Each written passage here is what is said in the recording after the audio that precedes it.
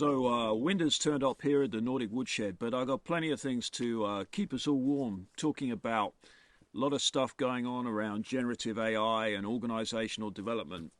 Now, it doesn't matter what kind of organizations we're working on, whether it's kind of public institution, learning organization, or on the commercial side, a SME or startup, corporate, and different types of functions. What's really interesting is the sheer number of different use cases that are popping up all of the time in terms of how people are applying generative AI as it's emerging, as they're learning from different instances, different use cases, different functions, competitors, partners, and taking these new ideas and applying them to their own organizations, to their own activities in almost in real time. And let's take a typical commercial organization, say you've got a bunch of different functions, say marketing, sales, production, R&D, distribution, management operations, and board activities, of course. You have a whole bunch of different things that you're doing during the course of your job. You've got, tasks, you've got content creation, you've got entire workflows. So what happens when we start chipping away at each one of those tasks, those workflows across those different functions, and what happens when we actually start not just to see the quality of the output that we're creating with these generative AI tools, whether it's ChatGPT or Midjourney or other capabilities. Once we start seeing a lot of really interesting quality things, then of course that's great, but at the same time we're also automating a lot of the traditional activities that we were undertaking, which of course took up a lot of time and energy and cost. And so if we look at it from an individual's perspective, an employee or a manager or indeed a CEO, all of a sudden we can start seeing a lot of new opportunities, maybe for investing that saved capacity, that saved resource in some new areas. And that all of a sudden gives us a lot of optionality.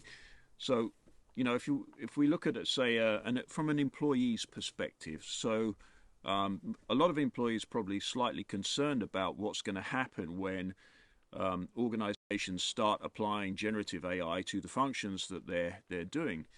But if we actually flip that and we look at the opportunity from the employee's perspective, if the employee can actually get ahead of that set of concerns, and also if the organization that they work for can actually help them understand, and also the organization itself understand the opportunity there, then all of a sudden there's a tremendous career development opportunity and a creative opportunity for the employees within those different job functions. And so all of a sudden they can start doing a lot of really amazing things and contributing to the organization in a totally different way. And that's what really fascinates me at the moment. How do you get that creativity that you release at scale by applying these generative tools to the different functions and really supercharging what these employees, colleagues, team members, team leaders can actually do for the organization, and also for their own creative opportunities in terms of their career development. So for me, that's on my mind. And then, of course, if we take a look at some of the other functions within an organization, rolling right up to the CEO and the board, of course, the finance or the chief financial officer, the CFO, then traditionally they're looking at the business and the metrics and numbers in a certain way. But all of a sudden, what they can start to do is they can start to realize that there are compound saving opportunities, but those saving opportunities from applying generative AI can also be investment opportunities. So they can actually take that resource and they can apply that to budgetary opportunities for the coming periods in really interesting ways. So all of a sudden they might actually figure out that they've got a lot more financial clout in the organization just bubbling under the surface, waiting to be kind of realized as a result of the compound growth from applying these generative AIs. Another interesting function is, of course, human resources, or the head of HR, or people and culture, as it's sometimes known as well.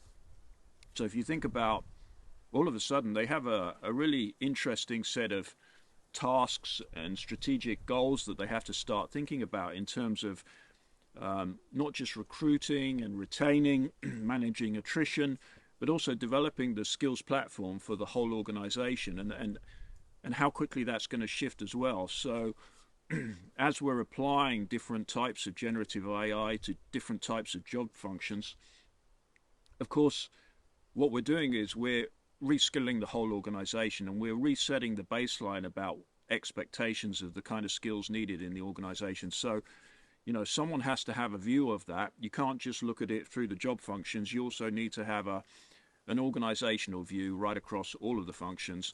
And I think that that's a really interesting opportunity for people in the HR space as well as managers in specific functions.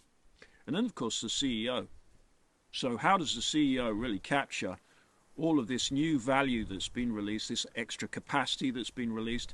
How does the CEO start thinking about investments and acquisitions for the coming period, for the coming year, in a totally different way? Instead of having to go out and try and build business case for additional investments, additional funding, all of a sudden they realize that, hey, we have that capacity, we have that investment already in the organization. It's going to be released over the coming months by applying these different generative AI capabilities to the different functions, to the different jobs.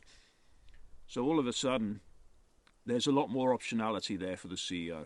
So these things are all on my mind at the moment, especially this week, because it's been a very, very exciting week, digging around into different initiatives and different partnerships up here.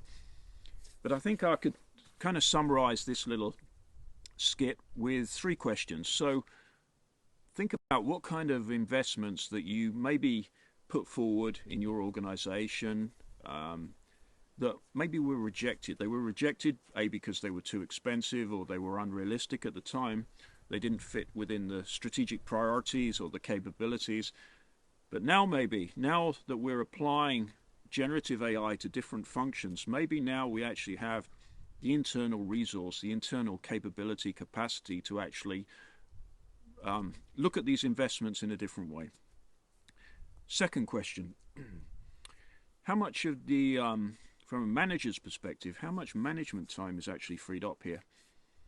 So a lot of the time, team leaders or managers, directors, a lot of their time is spent monitoring, tracking, chasing, analyzing reports.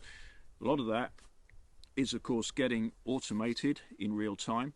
So how much time as a leader are we actually able to free up? And then what can we do with that extra time? And I would say the third thing really is, are you starting to see compound effects? Now, they're not all going to apply at once, and of course they're going to be evolving, but what you're going to start seeing is opportunities and capacity released across the different functions, whether it's in production, whether it's in distribution, marketing, communications, content creation. You're going to start seeing these new capabilities, these increases in quality, these compression of time and cost in terms of getting things done. These are going to start popping up. So how do we start compounding that? How do we identify that there's a trend, not just in one function, but across all of them? So these are the kind of things that leaders need to start looking out for. So if you like what you hear, please like and subscribe. Join me for more conversations up here in the Nordic Woodshed.